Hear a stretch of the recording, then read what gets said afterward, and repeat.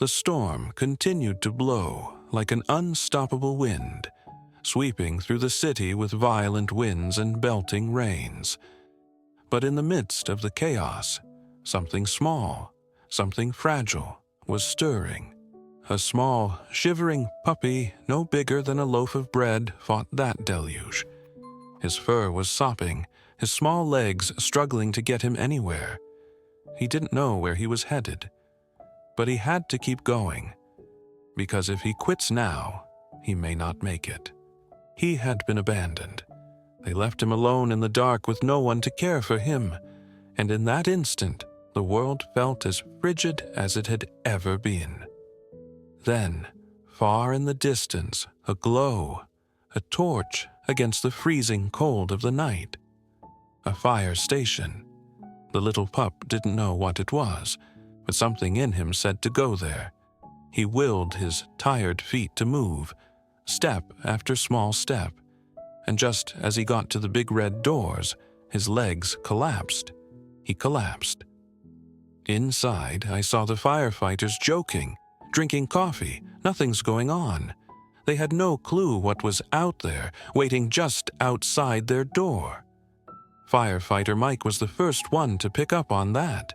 Something felt off, an uncanny gut feeling, like an instinct he couldn't quite identify.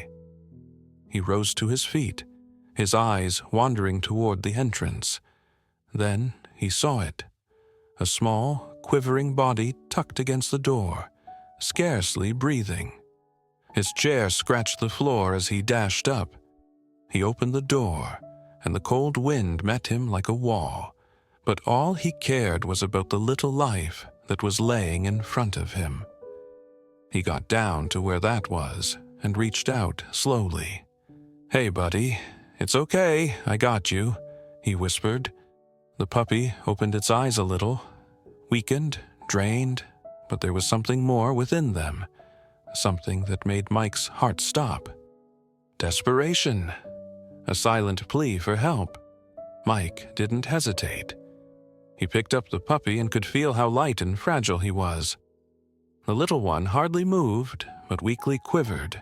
"Hang in there, little guy," Mike said quietly, carrying him inside and calling his coworkers over to make sure he was okay. But it wasn't only the puppy's condition that would stun them, because the instant they bundled him into a warm blanket and took a closer look, someone saw the collar circling his neck, and affixed to it was a tag.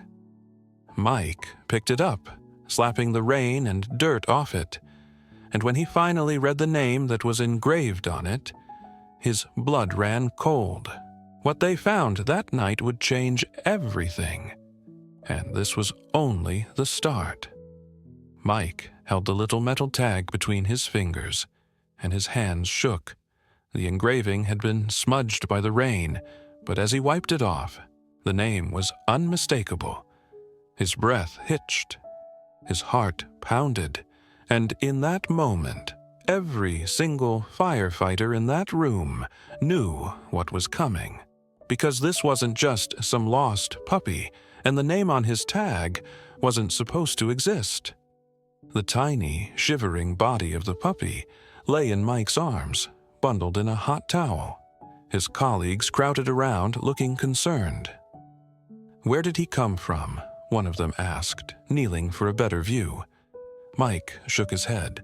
"No clue, he just showed up." Jackson, another firefighter, leaned in to pet the pup's small head. "He's ice cold. The poor guy wouldn't have survived much longer out there." It was at that point that someone pointed to the collar. It was old, a little frayed, but whole, and on it hung a simple, round metal tag, its engraving faint at best beneath the grime. "He has an owner," another firefighter said in disbelief. "Maybe he ran away." Mike flipped the tag over, tracing his fingertips across the corroding metal as he squinted at the name. Then, his body stiffened all over. He blinked. Once, twice. Then his eyes went wide and the color went from his face. "No," he whispered. The room fell silent. All eyes turned to him. "Mike, what is it?" Jackson asked, glancing hesitantly. Mike swallowed hard, shaking his head as if in disbelief, and, in a voice just above a whisper, he spoke the name aloud. "Buddy." Initially it looked like nothing, just a simple name. But Mike said it, and the utter disbelief, the shock in his voice, I think it sent chills down everybody's spine. "Wait," Jackson frowned. "Buddy, that name sounds familiar." That's when one of the older firefighters, Chief Harris, suddenly went rigid. He nearly dropped his cup of coffee.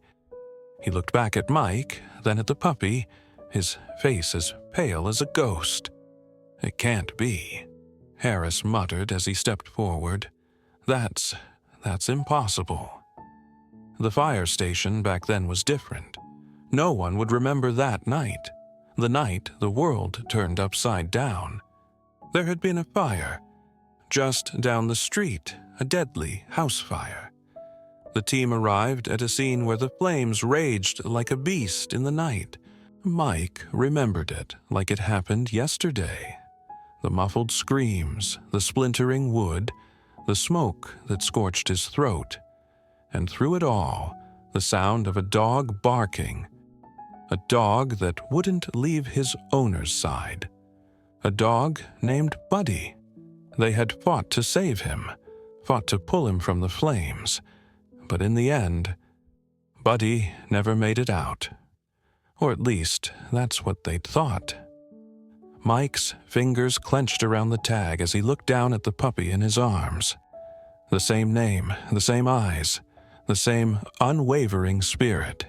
"It is him," he whispered, hardly able to speak it. "It has to be him." But how? It didn't make sense. Buddy had fallen to the flames. They had witnessed it firsthand. And yet, here he was, a tiny, trembling pup, alive. The questions were simmering with them, but one thing was true. This poor little puppy wasn't merely lost. He was a miracle, and they were soon going to discover just why. Silence, the kind that raised the hairs on the back of your neck, the sort that burrowed deep in your bones, telling you something wasn't right. Normally, the fire station buzzes with conversation, but it was deathly quiet. All were frozen in place, eyes fixed on the tiny, trembling puppy in Mike's arms. A name, just a name, and somehow it was shaking them all to their core. Buddy. Mike's mind raced. It felt like he was holding on, not to a metal tag, but to reality. Every fiber in him shouted that this couldn't be real. And yet, his gut told him otherwise.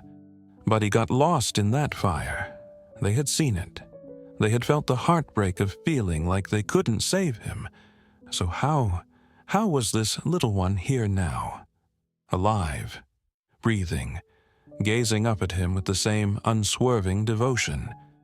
Jackson finally lifted the silence, voice low, warning, "Mike, I know what you're thinking, but there must be a reason. Perhaps he just has the same name." Chief Harris gasped and shook his head. "Same name, same look, same station." He pointed at the puppy. "That's not just a coincidence." But logic was a persistent thing, and reality did not leave room for ghosts. Flames roared through the house like some monster, consuming everything in its path. Smoke billowed skyward, blocking the stars. It had been Mike who had kicked down the door, his fireproof suit protecting him from the searing heat. "We've got people inside," he had screamed on the radio. "We need to move, now!" And then he saw him, a big, strong German shepherd pacing frantically by a burning staircase. He barked, ears pinned back, tail stiff. He wasn't running, he wasn't escaping, he was waiting. Mike knew instantly this dog wasn't just any pet. He was protecting someone, but before he was able to get to him, a beam fell, sparks erupted, and Buddy was gone. Mike's jaw went tight as he reached around the still-wrapped puppy. Maybe we got it wrong that night, he mumbled. Jackson raised an eyebrow. Mike, we looked through that house for hours. There wasn't a way out. We would have found a way out. Mike took a slow breath and glanced down at the puppy. Then tell me, Jackson, how is he here? No one had an answer. Chief Harris looked at his desk, his brow furrowing. Midnight calls were never good news. He grabbed the receiver. Firehouse 19, Chief Harris here. I'm sorry, could you say that again? The firefighters stood by and watched as the blood left their chief's face. He gulped, nodded slowly before saying, "Understood." He hung up and turned to the group. His voice was unusually steady. "We need to talk." Chief Harris was standing with his arms folded, leaning against the counter. That was the precinct. Mike frowned. "The police?" The chief nodded. "Yeah? And they just heard. We just got a call from an old woman saying that her lost puppy came to our station tonight." Jackson scoffed. "Okay, so? That makes sense. Perhaps this little guy is truly someone's pet." The chief didn't change his face. His voice dropped lower. "She calls herself that she lost him exactly a year ago." Mike's stomach twisted. 1 year ago. The same night as the fire, the chief concluded. The firefighters looked at each other nervously. A coincidence? Maybe, but every instinct warned them that this was only the start. And the real mystery? Yet to be discovered. A lost puppy, a name that shouldn't exist. And now, a call from a woman who said she lost her dog exactly 1 year ago, on the same night Buddy was believed to have died in the fire. This was no longer a coincidence. Something larger was at play, and every firefighter in that room felt it. Mike took a deep breath, his thoughts racing. "Who is she?" he finally asked, his own voice steady, but underneath it all wavering. Chief Harris paused before reaching for his notepad. "Her name is Margaret Dawson. She's in her late 70s, and they live on the other side of town. Tells of having a dog, a German shepherd puppy named Buddy. But here's the thing." Mike leaned in. "What?" "She said that Buddy disappeared before the fire occurred. An oppressive silence descended on the room. "That doesn't make sense," Jackson said under his breath. "We saw Buddy in that house. He was barking for his owner. He wouldn't have been there if he was already missing." Chief Harris nodded. "Exactly. And yet, she insists she lost him days before the fire. You have posters, flyers, a police report. She has done everything to try to find him. But Buddy is gone." Mike's hold on the puppy tightened a little. He could feel the rhythmic rise and fall of its little chest. Could this possibly be the same Buddy? If so, how did he move from Margaret's house to that burning home? And if he wasn't the same dog, then what, was this little pup in his arms? For a moment, no one spoke. Then Jackson spoke up. "So, what do we do?" Chief Harris sighed, a hand rubbing over his face. "We meet her. We're going to see if she knows who he is." Mike hesitated. Just the thought of surrendering this squeaky little pup, after everything he'd been through, twisted his stomach. But inside, he knew they wanted answers, and she would have been the only one who had them. The following morning, there was nervous energy in the station. The rain had chased its way out, the air clear and crisp and cold. Then, at precisely 10 a.m., a car entered the lot. The door cracked open, and for a second, the firefighters stood in silence, and out came Margaret Dawson.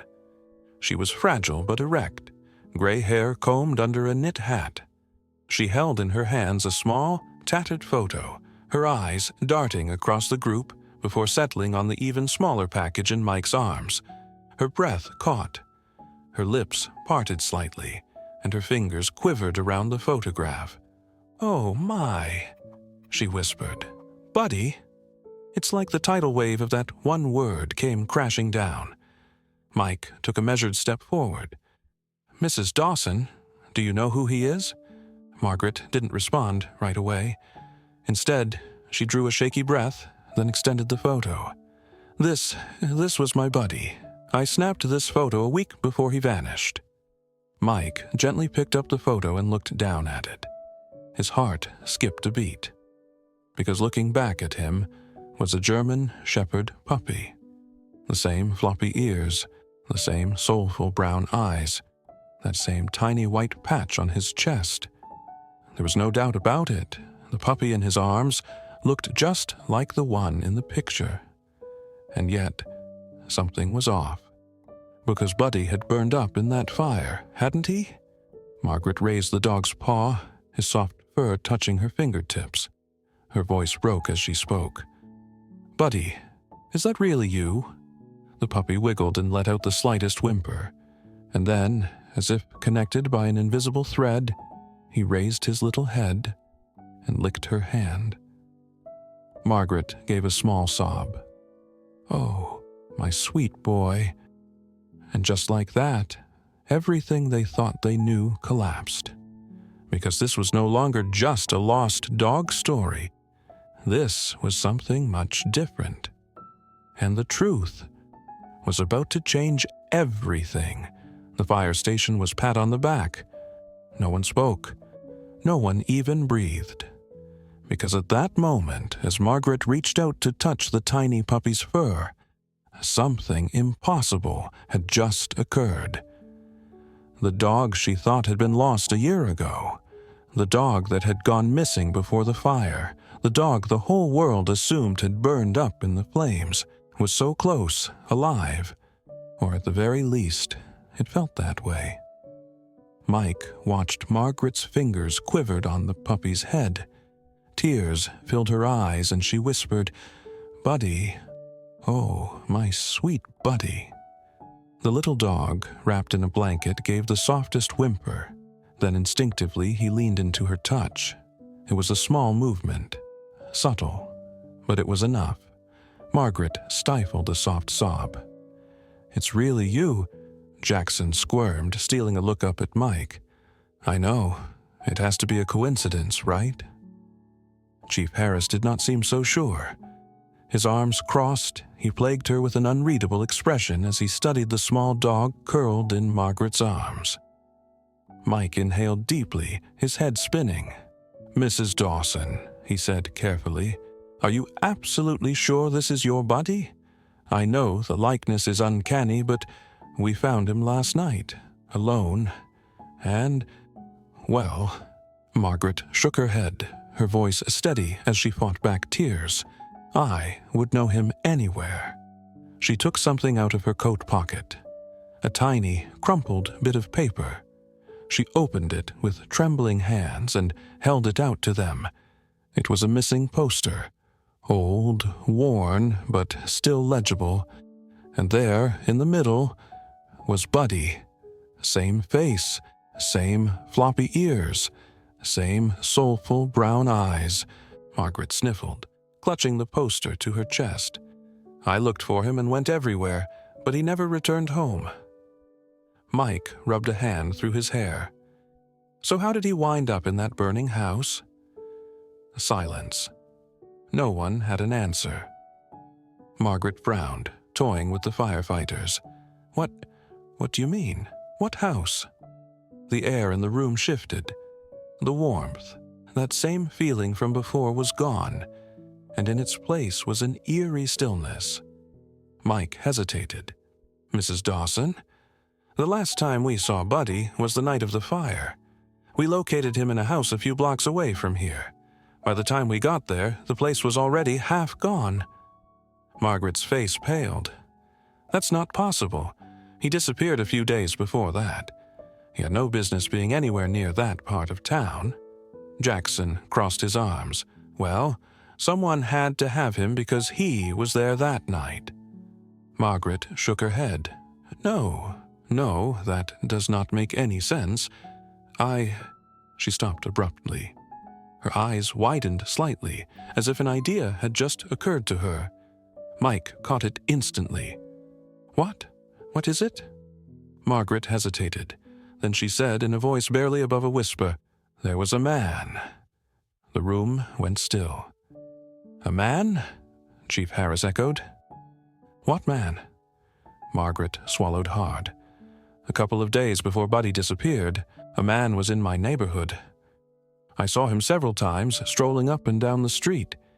He was watching the houses, watching Buddy." A chill went down Mike's back. "Did you tell anyone?" Margaret nodded slowly. "I did. I called the police, said something seemed off.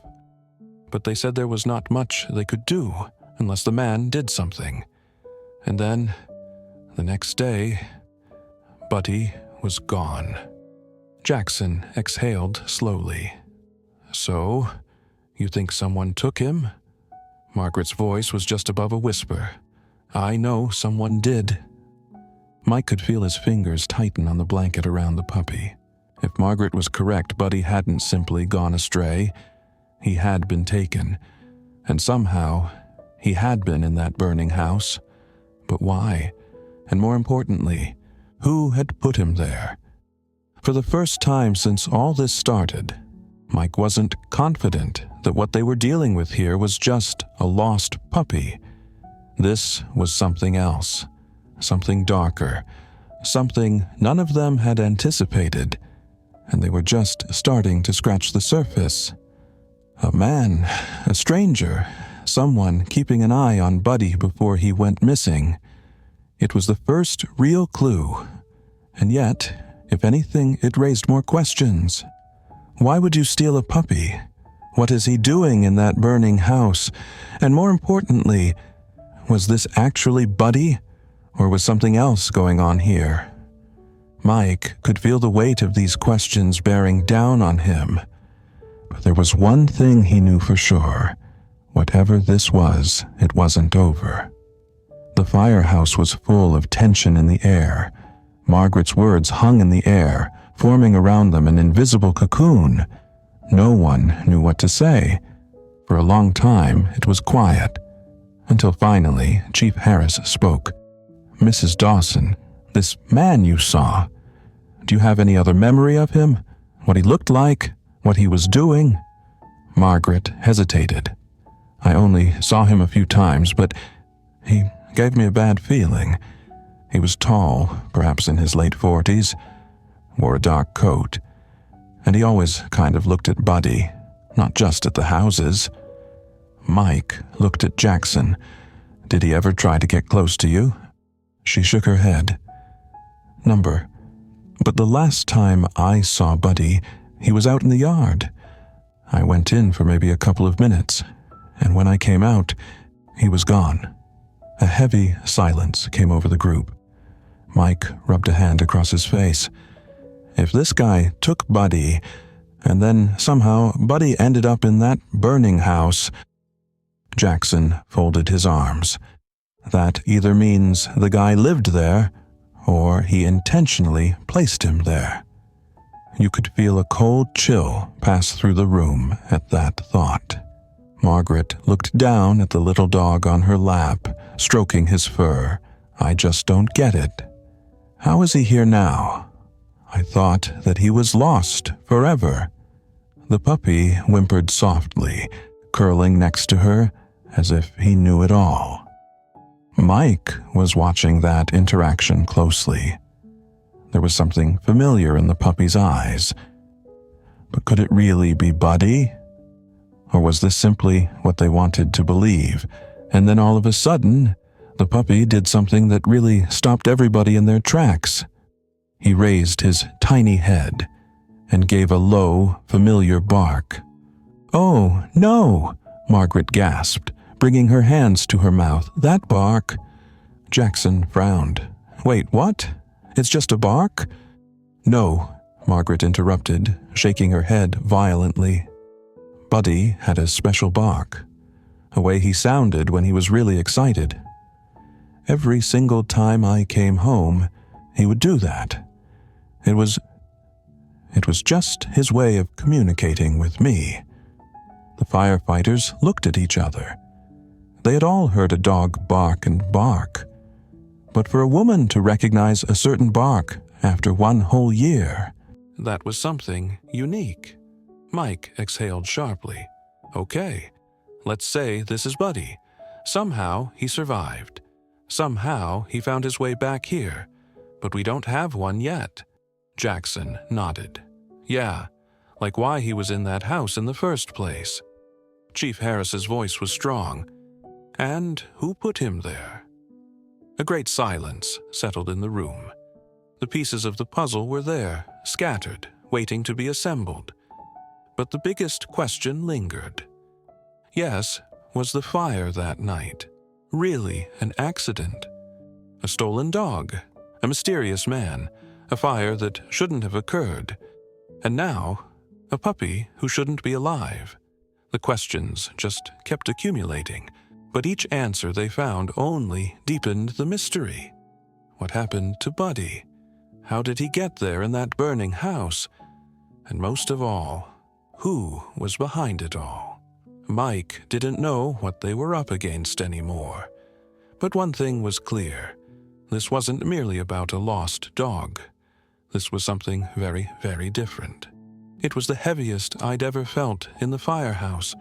The smoke of the truth they were unearthing was hanging in the air, thick. Margaret was sitting in a corner, cradling the little puppy against her breast. The others were silent, processing everything. Finally, Jackson spoke. So, what do we do now? We're not going to just sit here waiting for answers to drop in our lap. Chief Harris nodded. Agreed. So, we have to go back to the source. That house, we need to reevaluate. Mike felt his pulse quicken. The thought of returning to the scene of the fire that dredged up too many memories, the heat, the destruction, the helplessness. But on a deeper level, he knew the only way out was the only way in. If they wanted answers, they had to begin where it all ended. Now, the house hung like a skeleton, a charred husk, long abandoned. The walls were charred. The roof had collapsed. It was a graveyard of what used to be there. As they approached the property, Mike could still hear the distant sounds of that night. The sirens, the popping flames, the frantic barking of a dog trapped inside. Buddy's barking. A cold shiver ran down his spine. Okay, Chief Harris said, putting on a pair of gloves. Spread out. Look for anything that feel wrong. Jackson scoffed. Chief, this place has been out of use for a year. What precisely are we expecting to see? Mike didn't answer. He wasn't sure. But something in his gut said they were about to find something big. They picked their way through the debris cautiously. All was blackened, enshrouded in ash. All this time, it still smelled like something had been burned here. Wood. Then, Mike saw it. In the back corner of the house, under layers of debris, something metallic glimmered in the dusk light. His heart raced at the thought as he got down on one knee and started clearing some dirt and ash away. And then, his breath caught. It was a lockbox. Old, rusted, but intact. Guys, his voice was strained, tinged with a mixture of excitement and dread. I found something. Jackson and Harris rushed over. Mike carefully lifted the box, feeling the weight of it in his hands. Chief Harris frowned. What the hell is a lockbox doing in a burned-down house? Mike swallowed hard. Only one way to find out. He pried it open, and what they discovered inside changed everything. A rusted lockbox, to be buried under the ashes of a fire that no one quite understood. Mike could feel it in his hands, not just the physical weight of it, but the weight of everything that it represented. A hidden secret, a lead on a mystery that had been tormenting them for a year, and now, after all this time, they were about to open it Jackson was looming over his shoulder. "Well, what are we waiting for?" Mike slowed his breath and steadied himself, and then he pulled hard and pried up the lid. The box creaked, the rusty hinges struggling to hold, and inside, a pile of documents, old with the edges slightly burnt, but still readable. And then at the bottom, a key. Jackson frowned. "What the hell is all this?" Mike reached into the car, extracts of the papers. He skimmed through them fast, receipts, legal papers, something that resembled a property deed. But then, one piece of paper made him freeze. A police report. His eyes skimmed the words, and then it became like it was shaking upside down. "No way," he whispered. Jackson leaned in. "What is it?" Mike swallowed hard. "This report, it's 3 days before the fire. And," Mike's voice dropped, "it's about a break-in." The silence that ensued was deafening. Chief Harris took the paper from Mike, his eyes narrowing as he read. Someone reported a break-in at this address. 3 days before the house burned down? Mike nodded. "And look at this." He gestured toward the bottom of the page. "The owner of the house? Thomas Garrett." Jackson squirted some ketchup on his tray. "All right. And who the hell is Thomas Garrett?" Chief Harris's face darkened. "That name sounds familiar." Mike's knuckles went white around the paper. "It should, because he wasn't simply the owner of this house. He'd been arrested for arson." Everything stopped. Jackson blinked. "Wait, are you telling me that this fire wasn't accidental?" Mike finished. "Yeah, that's exactly what I'm saying." Margaret's words clanged around in his brain. The man who'd been watching Buddy. The way the dog disappeared days before the fire. All the pieces were falling into place now. "So let me get this straight," Jackson said, walking in front of the burned-out house. "This guy, Garrett, he owned this place. Just 3 days before the fire, someone broke in, and then all of a sudden, boom, house catches on fire." Mike nodded. "Exactly." Jackson scoffed. "That sounds like someone trying to cover their tracks." Chief Harris was pondering things. "There's something else," he mumbled. "If Garrett was arrested for arson, that means someone suspected he did it. But why? What was so important he needed to burn it all down?" Mike turned and looked back at the lockbox, at the documents inside. Whatever it was, I think we just found it. But there was one more mystery that remained. The key. It was tiny, silver, a little bit curved on the edges. It didn't seem like it fitted in the house. But then, where did it lead? Jackson rolled it over in his palms. "Any idea what this opens?" Mike shook his head. "Not yet." Chief Harris gasped. "Then I suggest we find out." They knew the truth about the fire, but something told Mike this wasn't finished yet. Not even close. A key, small, worn, almost insignificant. And yet, something about it just felt wrong. Mike twirled it in the palm of his hand, his fingers running along its edges. It didn't come from the burnt-down house. He knew that much. But if it didn't belong there, where did it belong? And more importantly, why was it the thing that was locked away in a hidden box under the ashes of a crime? The pieces were getting together, but something told him they weren't going to like what they found next. Back home, at the fire station, the tension was unbearable. The police report discovery changed everything. The fire wasn't an accident. The house was owned by a convicted arsonist, and now they had a key to something. Chief Harris was sitting on his desk with his arms crossed. "All right, we just have to find out where this key goes." Sighs. If Garrett was hiding it, There would be a reason he was. Margaret, unable to put the tiny puppy down, frowned. Could it be from a storage unit, a safe deposit box? Mike rubbed his chin. Maybe, but we need to be sure. Jackson let out a sigh. So what? Do we just run around town trying it on every lock we find? Mike opened his mouth to say, but before he could, the front doors of the station suddenly burst open. A man stood there, saturated from the incessant downpour. His breath labored, his eyes frenzied. And the next minute he said, everything changed. Where is the dog? Silence, a thick, stifling silence. Mike straightened slowly and narrowed his eyes. Excuse me. The man took a tentative step inside. His clothes were drenched, his hands shaking at his sides. But there was something else. Something wrong with him. His eyes. How they flitted about the room and lighted on Buddy. The manner in which his whole body appeared connected by nervous energy. The dog, he said again, his voice cracking. Where is he? I need to see him. Now. Jackson moved carefully toward the front. Sir, I think you need to sit down. The man's breath hitched.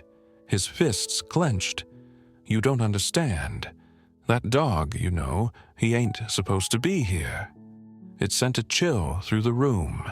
The words echoed. Mike's stomach twisted. What do you mean? The man swallowed hard, looking to the others, then leaning closely and whispering, because Buddy, he was never meant to survive that fire. Margaret gasped, instinctively clutching the puppy tighter in her arms. Jackson and Chief Harris shared glances of disbelief, but Mike felt it. That deep, gnawing sense that they were on the verge of something they shouldn't be delving into. He spoke in a calm, firm voice. Stepping to the front slowly, he said, "Who are you?" The man exhaled shakily. Then, with an expression of resignation, he muttered, "My name is Thomas Garrett." The words fell like a thunderbolt. Jackson's eyes widened. "Number, that's not possible. Garrett was arrested." "I know," the man said, shaking his head, "but I wasn't the one that ignited that fire." It was like the firehouse was frozen in time. Everything, all the clues, all the mysteries, was suddenly in a new spin. Mike's mind raced. If you didn't set the fire, who did? Garrett took a ragged breath. He said then, in a voice barely above a whisper, "The man who took Buddy. Thomas Garrett, the man whom they thought started the fire. The man that's supposed to be in prison. And yet, here he was, sitting with the fire station officer, drenched and his eyes wide with fear. And the words that had just come out of his mouth, they changed everything. But the man who took Buddy, he's the one who set the fire. Silence, a profound, stifling silence. No one moved, no one even breathed. Mike heard his pulse pounding in his ears. His mind was trying to catch up to what he just heard. Buddy was taken. Buddy was never meant to make it.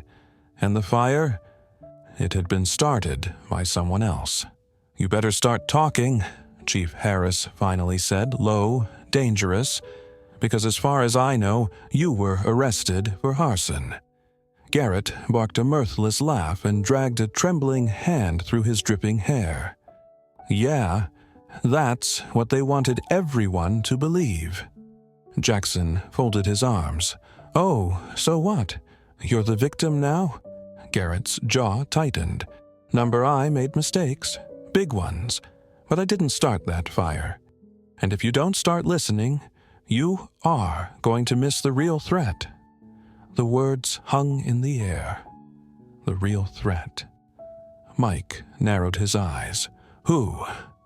Garrett hesitated. His breath came haltingly, his fingers twitching at his sides. And then finally he said it. "Derek Cole." Chief Harris stiffened. Jackson cursed under his breath, and Mike, Mike felt his stomach sink. "No way," Jackson muttered. "That guy has not been around for years." Garrett shook his head. "No, he hasn't. He's been watching, waiting, and now he's coming back. Derek Cole, a name that used to inspire fear throughout the whole town. A name associated with intimidation, robbery, and one of the largest crime syndicates the city had ever known. And now he was back, Garrett says, and then for some inexplicable reason, he was connected to Buddy." Mike's voice was tight. "Are you saying this guy, this criminal mastermind, wanted a dog?" Garrett exhaled sharply. "Not just a dog, that dog." Margaret, still holding Buddy tight, finally spoke. The words quiet in the room. "Why? Why Buddy?" Garrett turned to her, looking dark and stormy. "Because Buddy wasn't just any puppy. He was evidence." The firehouse stopped dead in its tracks. Mike felt as if the ground had been pulled from under him. Evidence of what? Garrett swallowed hard. Cole controlled everything. Drugs, contraband, enterprises involving money laundering. But he never left evidence, never got caught. He hesitated, his hands shaking. Until Buddy. Margaret gasped. "What are you saying?" Garrett's voice was grim. Buddy saw something that night. Something he wasn't meant to do. And as soon as Cole figured that out, he wanted him out. "You're telling me," Jackson said, rubbing his temples, "that a puppy witnessed a crime boss's operation?" Garrett nodded. "Yeah, and Cole ensured that no one ever knew. He stole Buddy, disposed of his actual owner, and when he was done with him, he put him in that house and burned it down." The words hit them like a wrecking ball. Mike's breath caught. "So what you're saying is, Cole tried to kill him?" Garrett's jaw clenched. "Yes, and it should have worked. But it didn't. Somehow, Buddy survived. And now, after all this time, Cole would know it too." The energy in the room felt electric. The truth was finally out. But instead of relief, dread was all Mike felt. For if Derek Cole knew Buddy was still alive, then he was coming to end what he started. Derek Cole knew. But somewhere in the world, the deadliest man in the city had just discovered that the dog he sought to rub out of existence was still alive. And that meant one thing. He was coming to finish the job. This place had never been this tense. All of the firefighters were on alert. A heavy silence hung over them, the weight of what they had just discovered sinking in like a dense fog. Garrett had told them the truth, or at least his version of it. Buddy had witnessed something Cole could not allow anyone else to know. That's why he had stolen him, and that is why he had attempted to kill him. And now, Buddy was alive. And if Cole knew that, he was relentless. He wouldn't quit until the job was done. "We need a plan," Chief Harris finally said when the silence felt unbearable. Mike nodded, jaw tight. "We're not going to wait for him to knock on our door." Margaret's voice was soft but insistent. "We have to keep Buddy safe." The puppy stirred in her arms, his small body nestled closer into her warmth. He didn't know what was going on. He didn't realize the danger that was moving close, but Mike did. And for the first time in a long while, he felt fear. Jackson sucked in a breath. "All right, let's be smart about this. If Cole really is after him, we need to get Buddy out of here." Chief Harris nodded. "Agreed. But where?" A deep silence descended upon the room. Margaret bit her lip. "There's a cabin, just outside of town. My late husband and I used to visit there. No one else knows about it." Mike looked at Chief Harris, and Chief Harris nodded slightly. It's our best shot." Jackson frowned. "You're telling me Cole's just gonna drop this. If he discovers Buddy's still breathing, he's going to start searching." Garrett, who had kept silent until this point, miraculously said, "He already knows."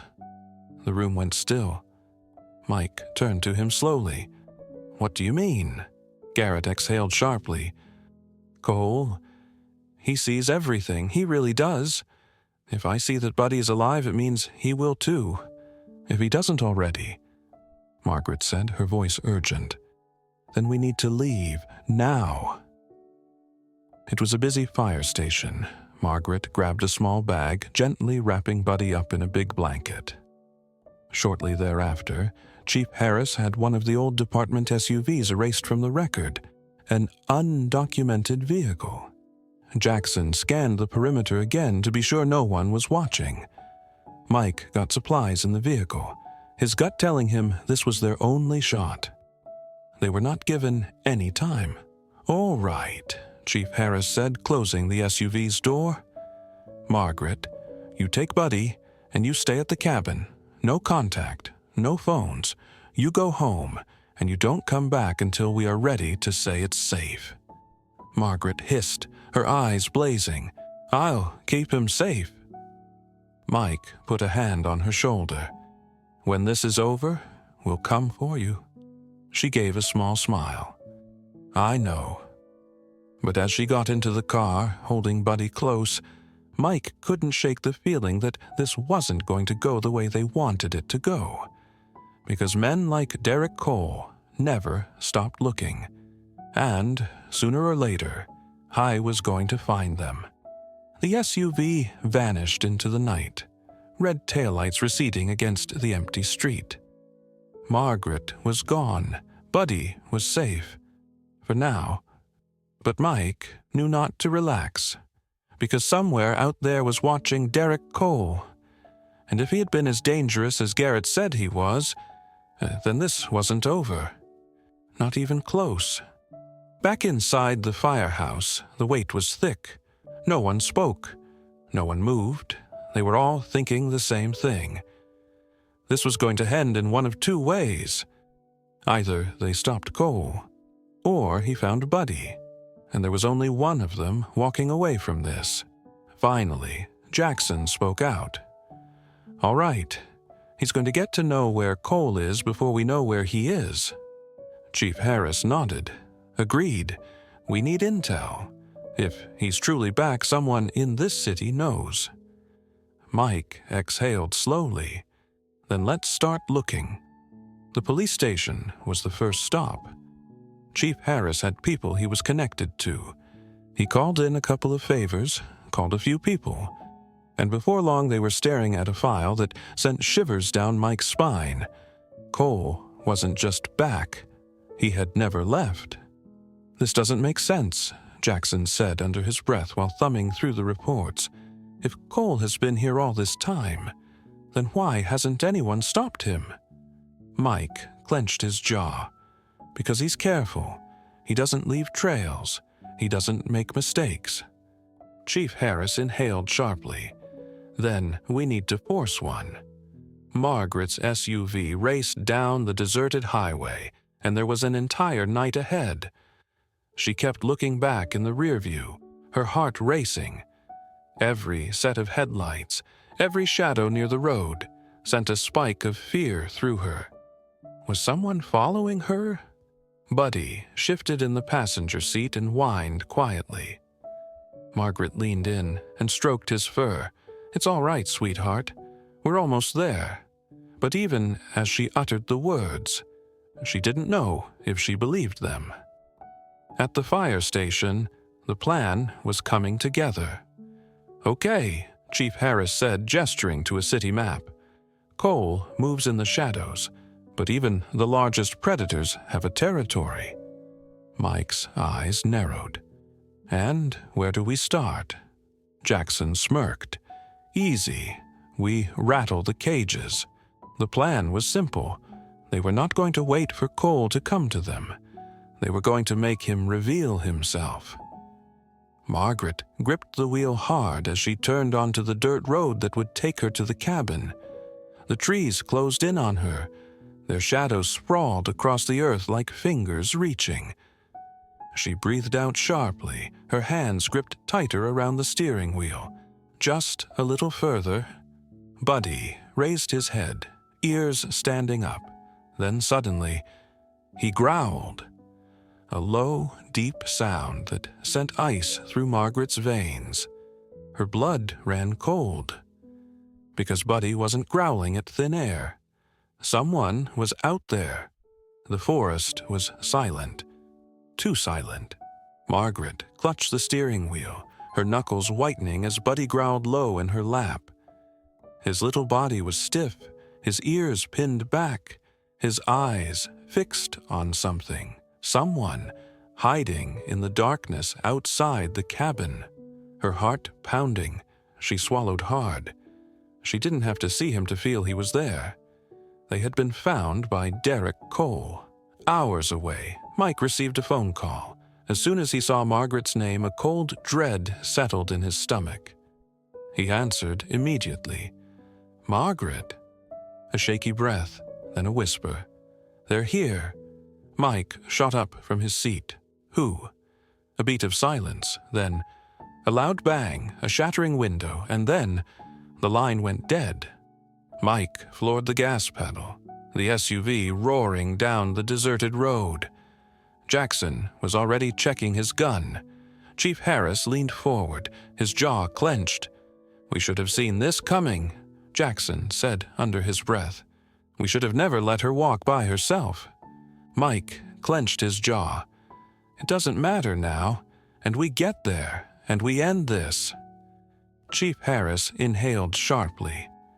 "Whatever happens tonight, Cole does not leave that cabin." No one disagreed. Margaret held Buddy to her chest and pressed herself into the wooden walls of the cabin. The force rattled the door. Heavy footsteps rang outside.